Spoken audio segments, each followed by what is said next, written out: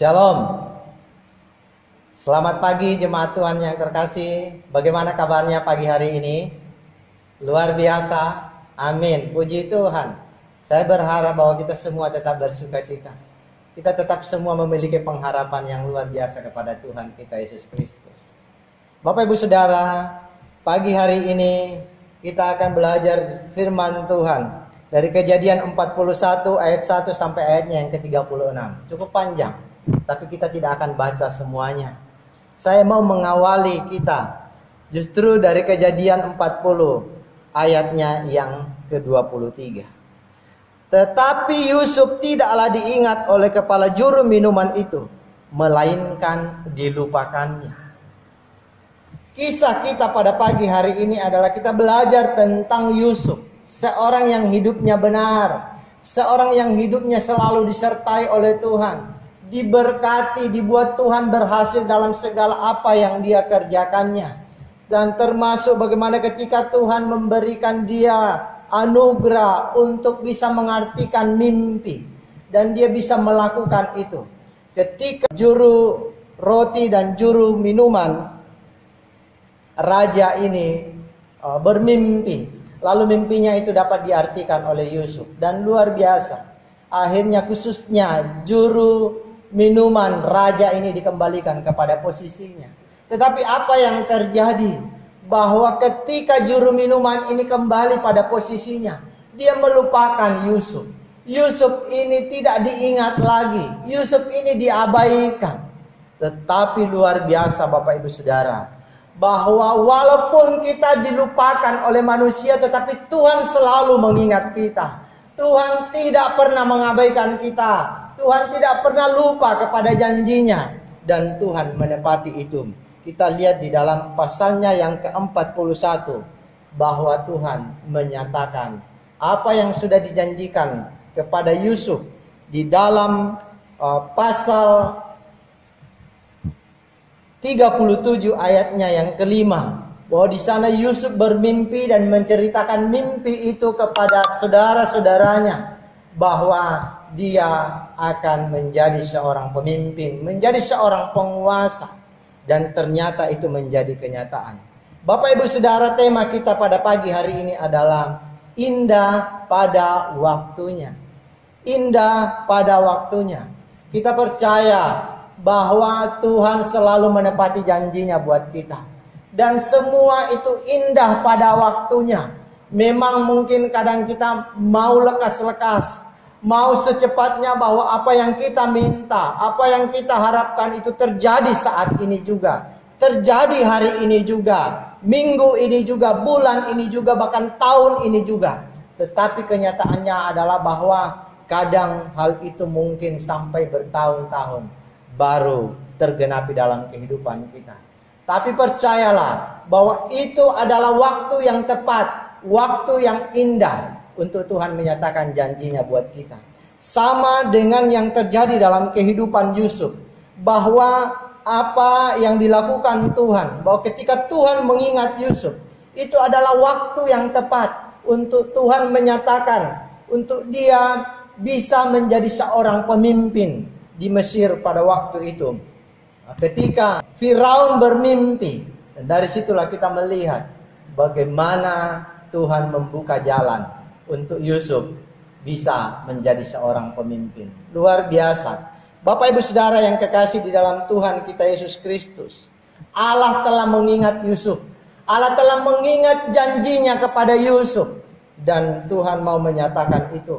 Allah membuka jalan bagi Yusuf untuk boleh dikenal oleh Firaun, bahwa ketika Firaun bermimpi dan tidak seorang pun, bahkan dikatakan para ahli dan orang-orang yang berilmu di Mesir tidak sanggup untuk mengartikan mimpi daripada Firaun. Tetapi akhirnya melalui juru minuman memberitahukan kepada Firaun, dia mengingat Yusuf, bahwa Yusuf adalah seorang yang dapat mengartikan mimpi.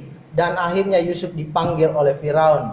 Kita melihat bahwa ketika Yusuf bertemu dengan Firaun, itulah awal bagaimana Tuhan mau memperkenalkan Yusuf kepada Firaun, dan akhirnya nanti diangkat menjadi seorang pemimpin.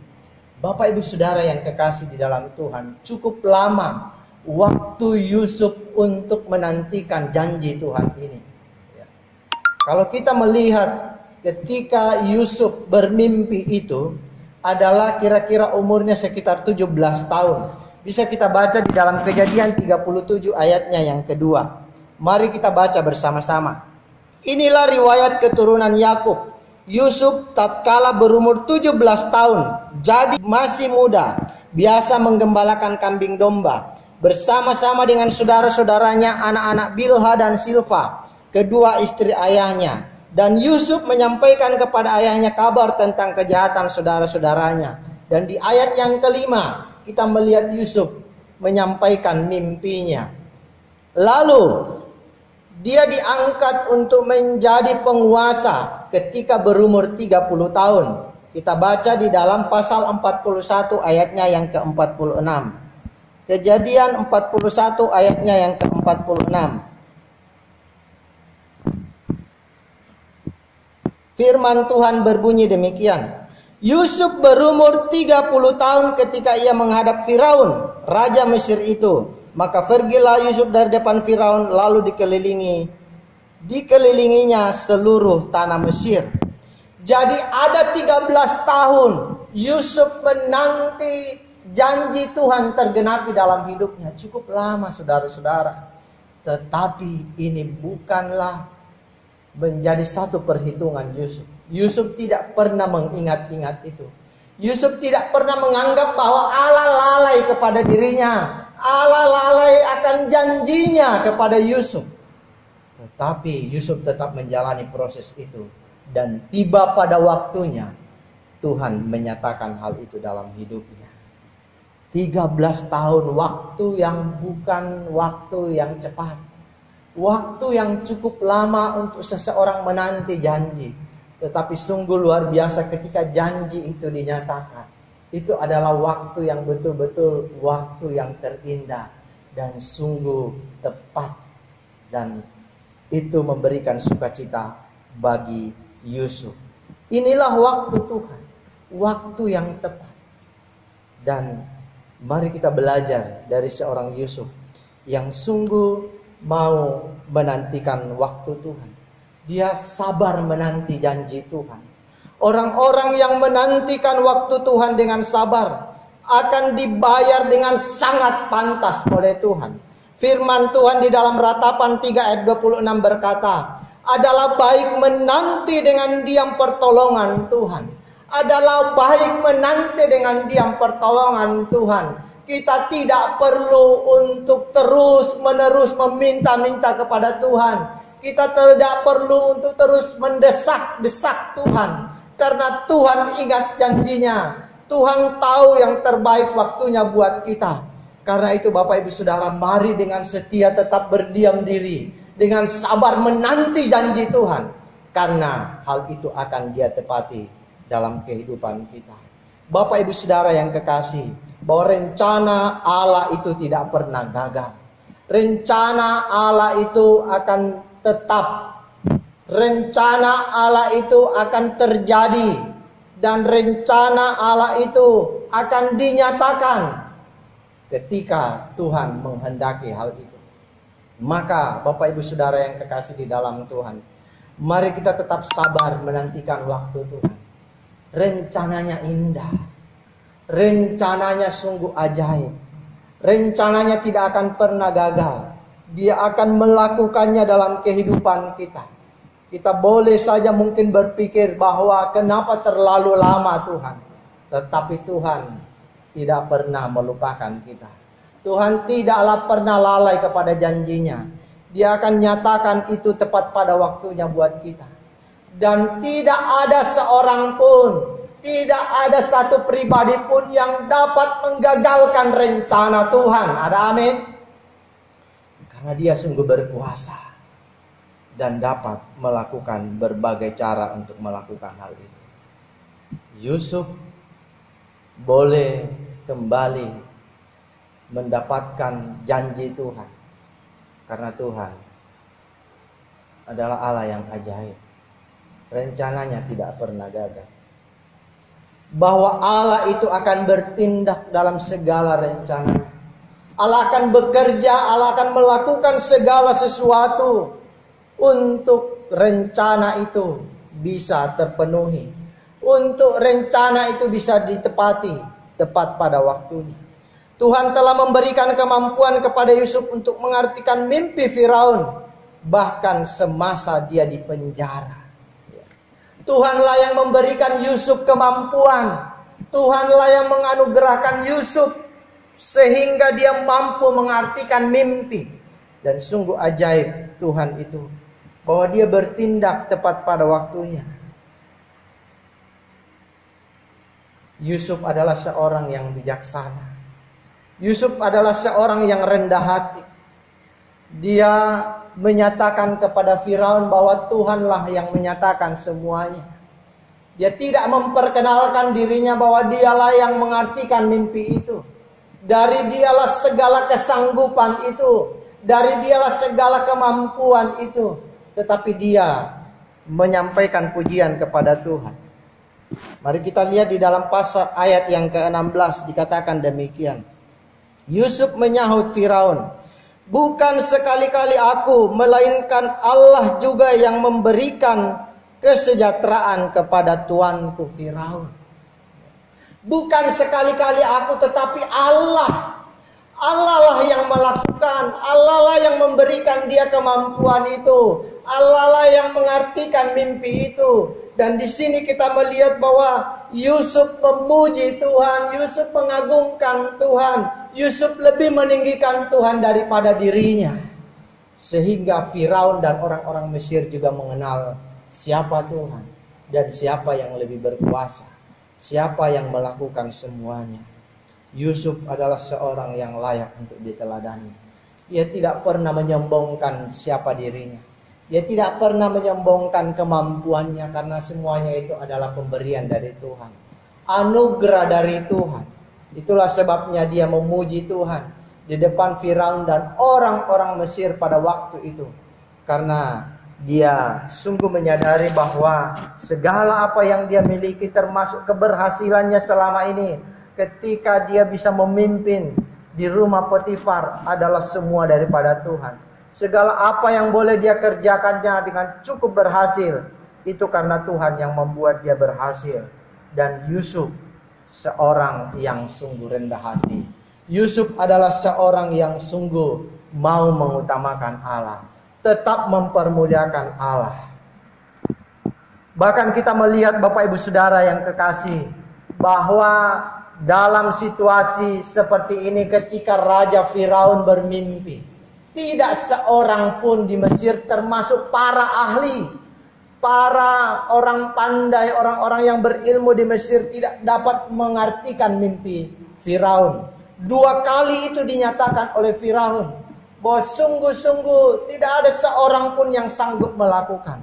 Dan ternyata Yusuf yang bisa melakukan itu, karena memang Tuhan yang memberikan dia kemampuan, Tuhan yang menolong dia, dan dia memuji Tuhan.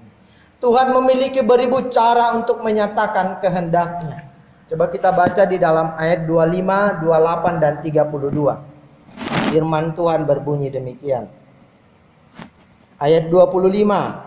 Lalu kata Yusuf kepada Firaun, "Kedua mimpi tuanku Firaun itu sama. Allah telah memberitahukan kepada tuanku Firaun apa yang hendak dilakukannya.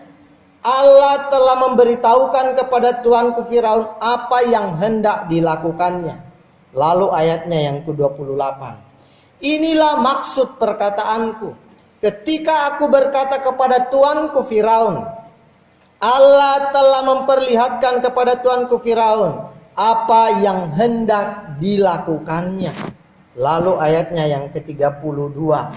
"Sampai 2 kali mimpi itu diulangi bagi tuanku Firaun. Berarti hal itu telah ditetapkan oleh Allah, dan Allah akan segera melakukannya." Beberapa kali Yusuf menyampaikan bahwa Allah lah yang melakukannya, Allah lah yang memberikannya, Allah lah yang memperlihatkannya. Karena sungguh Yusuf telah mengalami bagaimana Tuhan itu bekerja secara luar biasa dalam hidupnya. Yusuf telah melihat Tuhan membuat segala apa yang dia kerjakan berhasil. Sehingga segala-gala yang dia lakukan adalah semua karena Tuhan. Semua karena kemampuan yang diberikan oleh Tuhan. Karena anugerah Tuhan dalam hidupnya. Dan Yusuf selalu meninggikan Tuhan. Tuhan memperlihatkan kepada Firaun seorang yang bijaksana, yang layak memimpin Mesir dalam kemelut yang akan dihadapi oleh Mesir. Melalui mimpi ini Tuhan sebenarnya mau memperkenalkan Yusuf kepada Firaun. Tuhan mau memperlihatkan bahwa inilah orang yang bijaksana. Inilah orang yang layak memimpin Mesir dalam kemelut yang akan engkau hadapi. Inilah orang yang aku utus. Dan benar-benar hal itu akhirnya terjadi. Yusuf diangkat menjadi seorang penguasa, Perdana Menteri di Mesir. Saudara-saudara yang terkasih, luar biasa Tuhan. Bahwa dia itu adalah Allah yang sungguh luar biasa. Dia akan bertindak ketika sudah pada waktunya. Dia akan melakukan dengan cara-cara yang dia miliki. Tuhan punya begitu banyak cara. Kita bisa begitu heran, terkagum-kagum melihat cara Tuhan. Karena sungguh ajaib. Bahkan mungkin Yusuf pun tidak pernah berpikir bahwa dengan melalui mimpi Firaun itulah dia bisa sampai ke Mesir. Dan dengan jalan itulah akhirnya dia bisa menjadi seorang penguasa. Tetapi itulah cara Tuhan yang sangat menarik, yang sangat indah. Dan dari situlah Yusuf dikenal. Dan akhirnya dia adalah seorang yang sungguh-sungguh layak. Bahkan Firaun pun mengatakan di dalam perikop setelah pembacaan kita tadi, bahwa dia adalah seorang yang penuh dengan roh. Yusuf adalah seorang yang bijaksana. Yusuf adalah seorang yang layak menjadi pemimpin, menjadi penguasa, menjadi seorang pemimpin yang akan memimpin bangsa Mesir ini dalam kemelut yang akan mereka hadapi. Luar biasa cara Tuhan. Ketika dia bertindak, ajaib yang dia kerjakan. Sungguh indah. Bahwa juga kita melihat Yusuf memberikan nasihat yang bijaksana. Ayat 33 sampai ayatnya yang ke-36 kita melihat di sana. Dan nasihat-nasihat yang bijaksana yang disampaikan oleh Yusuf. Yusuf sebagai seorang yang bijaksana memberikan nasihat kepada Firaun untuk mengangkat seorang pemimpin dan penilik-penilik di Mesir. Yusuf menyampaikan ini kepada Firaun supaya Firaun benar-benar melihat keadaan yang sulit yang akan dihadapi. Dan membutuhkan seorang yang sungguh-sungguh punya kemampuan, punya kebijaksanaan. Sehingga dapat mengatasi kesulitan yang akan dihadapi di Mesir. Bahwa memang dalam 7 tahun pertama akan ada kemakmuran, akan ada kesuburan. Akan ada panen yang luar biasa, hasil yang melimpah. Tetapi dalam 7 tahun berikutnya, sungguh kelaparan yang luar biasa. Yang akan membawa Mesir kepada kehancuran. Jika betul-betul tidak dipimpin oleh seorang yang bijaksana. Lalu dia menawarkan juga supaya diangkat penilik-penilik. Agar orang-orang ini akan datang ke negeri-negeri untuk menyampaikan masukan-masukan, memberikan arahan-arahan, bahkan menyimpan bahan makanan selama masa kesuburan itu terjadi. Dan waktunya ketika masa kesulitan terjadi, mereka bisa menghadapi itu. Yusuf juga adalah seorang yang rendah hati. Dia tidak menawarkan bahwa sayalah yang layak memimpin. Sayalah orang yang bijaksana, yang harusnya diangkat untuk menjadi pemimpin di Mesir. Sehingga Mesir ini bisa tertangani dengan baik. Dia tidak pernah mengatakan itu. Bahkan justru dia memberikan nasihat. Nasihat tentang apa yang dilakukan oleh orang-orang yang diangkat itu.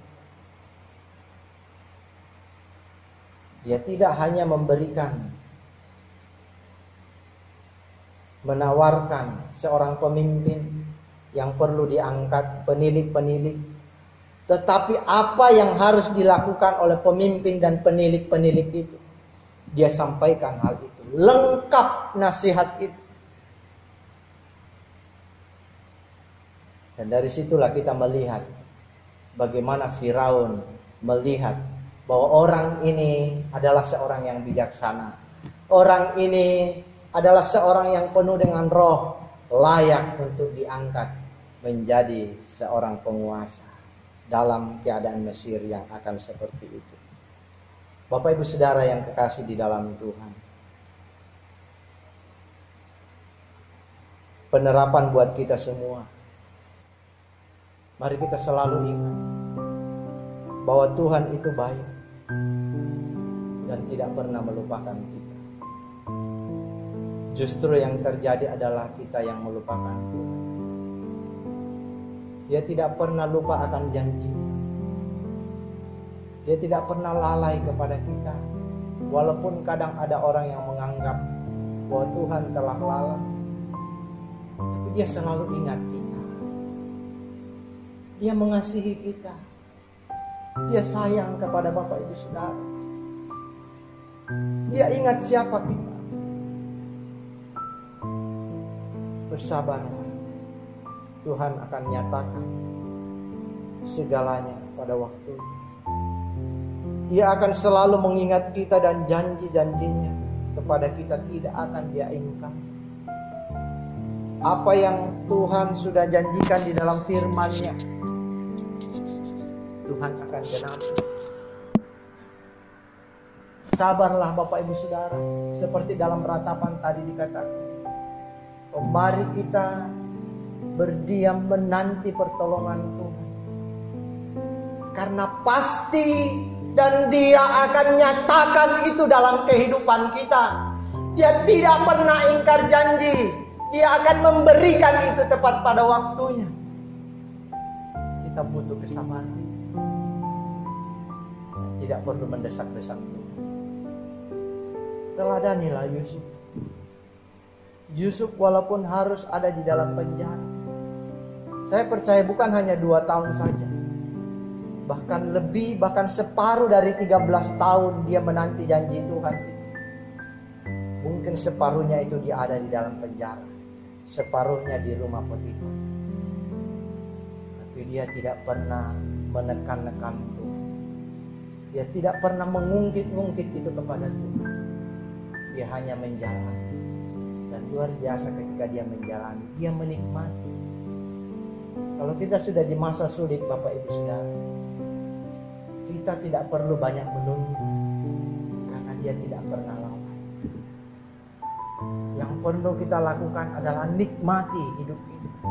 Nikmati kesulitan, nikmati penderitaan, apapun yang terjadi dalam hidup kita. Akan nikmat kalau kita menikmatinya. Sukacita buat kita. Dia akan memberikannya tepat pada waktunya. Sebab Dia tahu yang terbaik buat kita. Dia akan nyatakan itu. Lakukan itu buat kita. Karena kita adalah umat pilihan. Kita adalah anak-anak. Bapa mana yang tidak sayang kepada anak-anak? Itulah Bapa kita, itulah Tuhan. Selalu sayang kepada kita dan akan memberikan janjinya tepat pada waktu.